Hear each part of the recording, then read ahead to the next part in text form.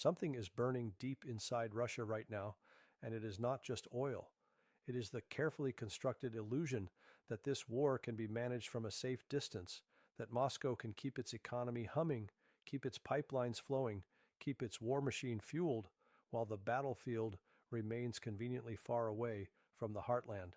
That illusion just took a direct hit, 900 miles inside Russian territory in the Ural Mountains in a city called Perm, and what is burning there tells us something profound about where this war is actually headed and what it means for the rest of the world, including you sitting here in the United States watching this unfold.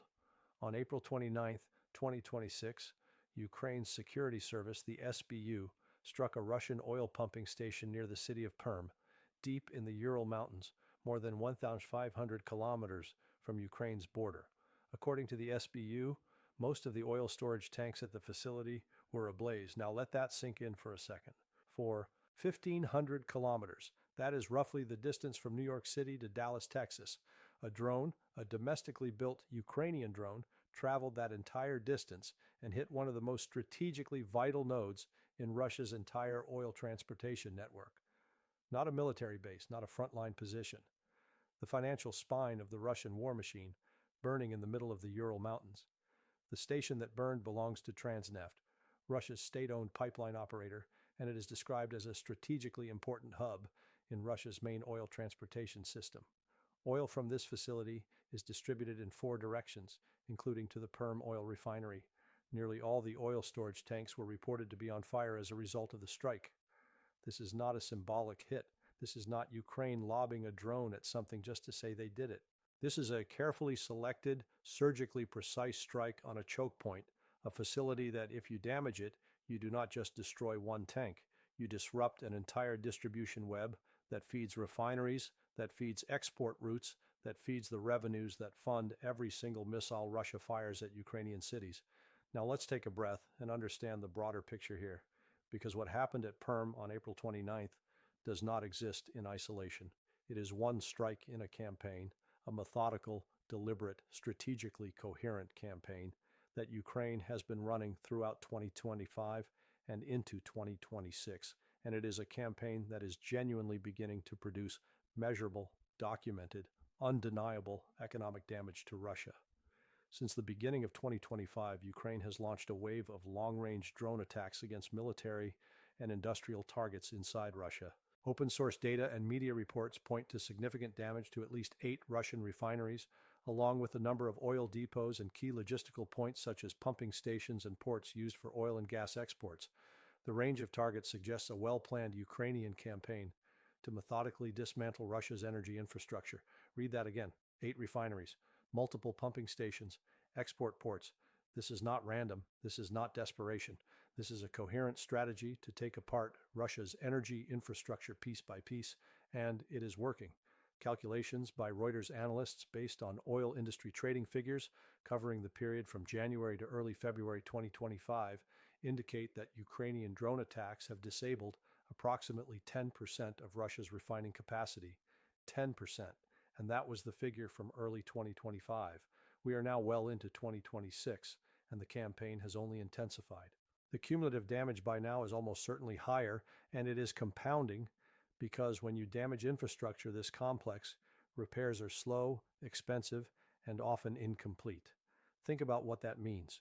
Russia's entire war in Ukraine is financed by oil and gas revenues, and the Kremlin has no other meaningful source of income at this scale. When you destroy refining capacity, you reduce the amount of refined product that can be exported. When you reduce exports, you reduce revenue. When you reduce revenue, you reduce the funding available for munitions, for salaries, for logistics, for the grinding war of attrition that Moscow is trying to sustain. Ukraine has essentially figured out, with minimal outside help on this specific front, how to impose what it calls kinetic sanctions. Real, physical, immediate economic damage delivered by drone at a fraction of the cost of conventional warfare. From 2022 through 2025, Russia's so-called shadow fleet, comprised of opaquely owned and marked ships that trade and transport the country's oil, could generally circumvent sanction lists and enforcement actions. However, when the response moves from European and American courts and compliance bureaucracies to Ukrainian drone and missile teams, decision speed and effects invert. That is an extraordinarily important observation.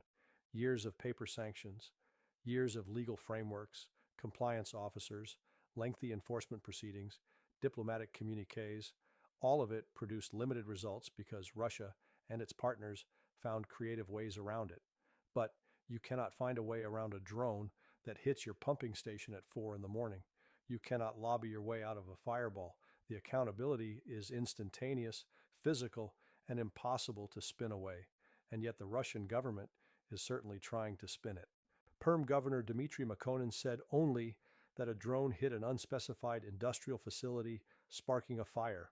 Russian officials have not been forthcoming about Ukrainian claims that Kiev is carrying out more long-range attacks and that its domestically developed drones are increasingly accurate. An unspecified industrial facility. That is the language of a government that is deeply embarrassed and genuinely frightened by what just happened, because the political contract that Putin has maintained with the Russian population since February 2022 is built on one central premise.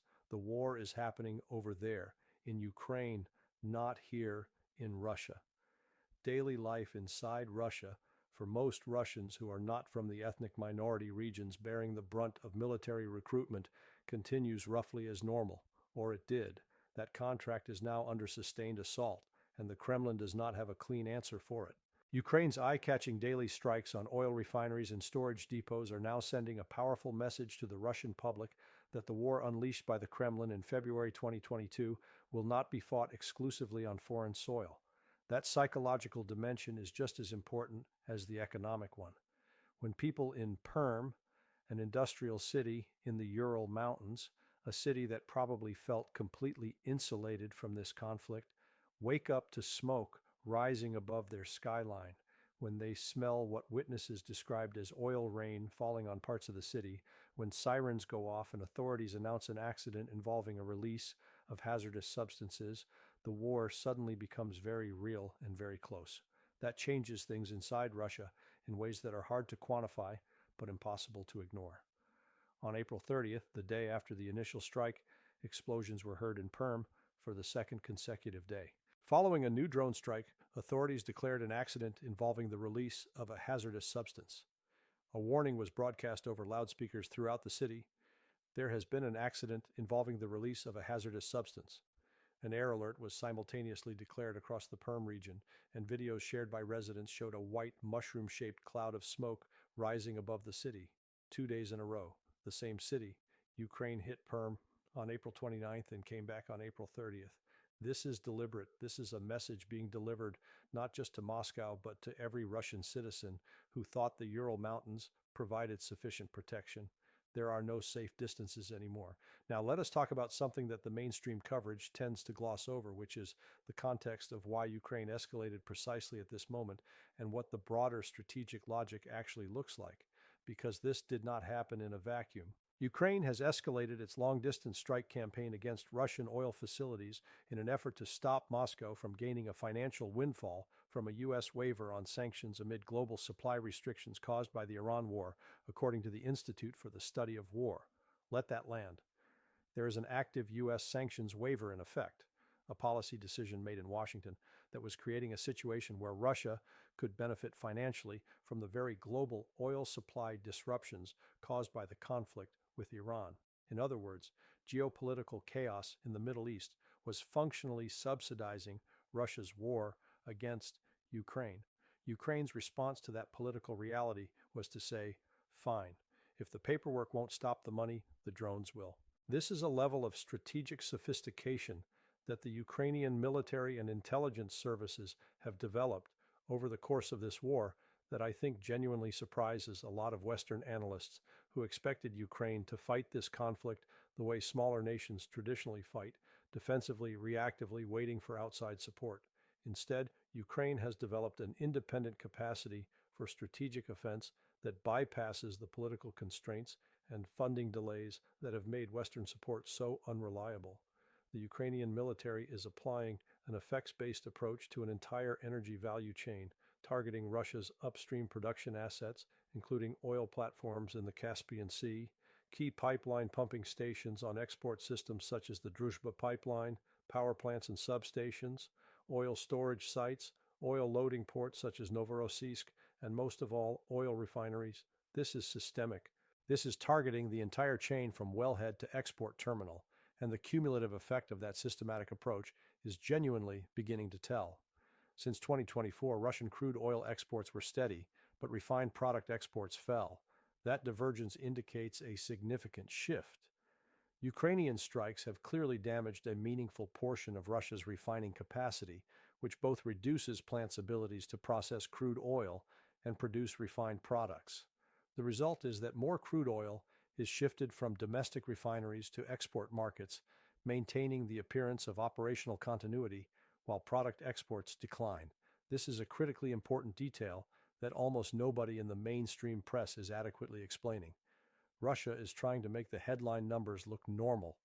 Crude exports appear steady, so everything is fine, right? But underneath that surface continuity, the structure is degrading. Refined products are down. The domestic supply chain is under stress, and the appearance of normalcy is being maintained at a cost by redirecting resources that would normally serve domestic needs toward export, which has its own downstream consequences inside Russia. There is also a collateral dimension to this campaign that carries enormous geopolitical implications beyond Russia and Ukraine.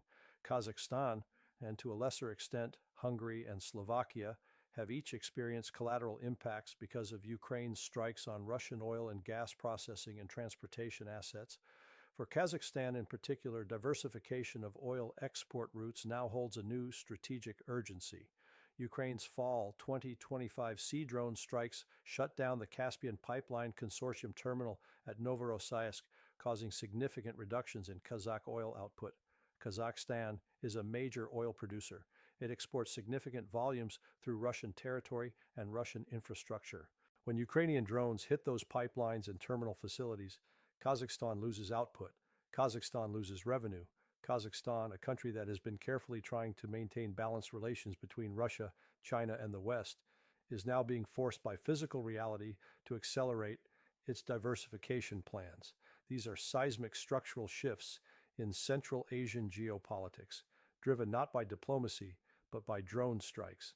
And then there is the drone technology story itself, which is one of the most remarkable industrial and military development narratives of the 21st century so far. After years of relying heavily on foreign military support, Ukraine is now poised to export its sought-after drone know-how. Zelensky said that Ukraine is producing a surplus of up to 50% in some types of weapons. Military cooperation with partners is already underway with countries in the Middle East, the Gulf, Europe, and the Caucasus. The deals involve the production and supply of drones and missiles as well as software and technology. Read that carefully. Ukraine, which 3 years ago was almost entirely dependent on Western arms transfers, is now a net exporter of advanced drone technology. It is signing military cooperation deals. It is teaching other countries how to build and deploy the systems it has developed under fire.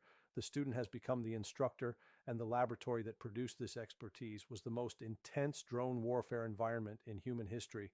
Kyiv has also handed a proposal to the United States for cooperation on drones, defense systems, and other types of weapons for use in the air, on land, and at sea. Ukraine is now offering the United States a partnership in drone technology, not asking. Offering. The dynamic has genuinely shifted. The expertise that Ukraine has accumulated in electronic warfare countermeasures, in navigation systems that can evade Russian jamming, in the logistics of mass drone production under wartime conditions, in the tactics of striking hardened industrial infrastructure with precision. This expertise is now a strategic asset that other nations, including America, want access to. What does all of this tell us? What is the genuine takeaway here beyond the immediate drama of a fireball over the Ural Mountains? It tells us that this war has entered a genuinely new phase, and that phase has characteristics that make a clean, negotiated ending harder to achieve than most politicians in Washington and Brussels are publicly acknowledging. Ukraine has found a strategy that works. Not a strategy that wins the war outright tomorrow, but a strategy that imposes real, measurable compounding costs on Russia, costs that the Kremlin cannot simply absorb indefinitely. Every refinery that burns reduces revenue. Every pumping station that goes offline disrupts the logistics chain. Every drone that penetrates 1,500 kilometers into Russian territory demonstrates that the air defense systems Russia has built are not equal to the threat they face. Russia, for its part, is not surrendering. It is not breaking. Its economy, though damaged, has shown more resilience than many Western economists predicted. But there is a difference between an economy that is surviving and an economy that is winning, and the evidence suggests that Russia's energy sector, the foundation of its entire war financing architecture, is being ground down in ways that will constrain its options over the coming months and years. The Perm strike is not the end of that story. Given that Ukraine hit the same city twice in 24 hours, it is very clearly not the end. It is a data point in a longer arc, and that arc is bending in a direction that the Kremlin finds deeply uncomfortable. For Americans trying to understand what this means for them, the answer runs through energy markets, through geopolitical stability, through the future architecture of global power. When energy infrastructure burns in the Ural Mountains, global oil supply calculations shift. When Kazakhstan is forced to reroute its exports because Russian transit infrastructure is no longer reliable, new pipeline politics emerge across Eurasia. When Ukraine becomes a drone technology exporter, the military balance in multiple regions simultaneously evolves. These are not abstract concerns. They are the real-world mechanics of a world that is reorganizing itself, and the reorganization is happening fast, driven by events on the ground in places most Americans could not find on a map. The fire in Perm is a window into that reorganization. It is worth looking through.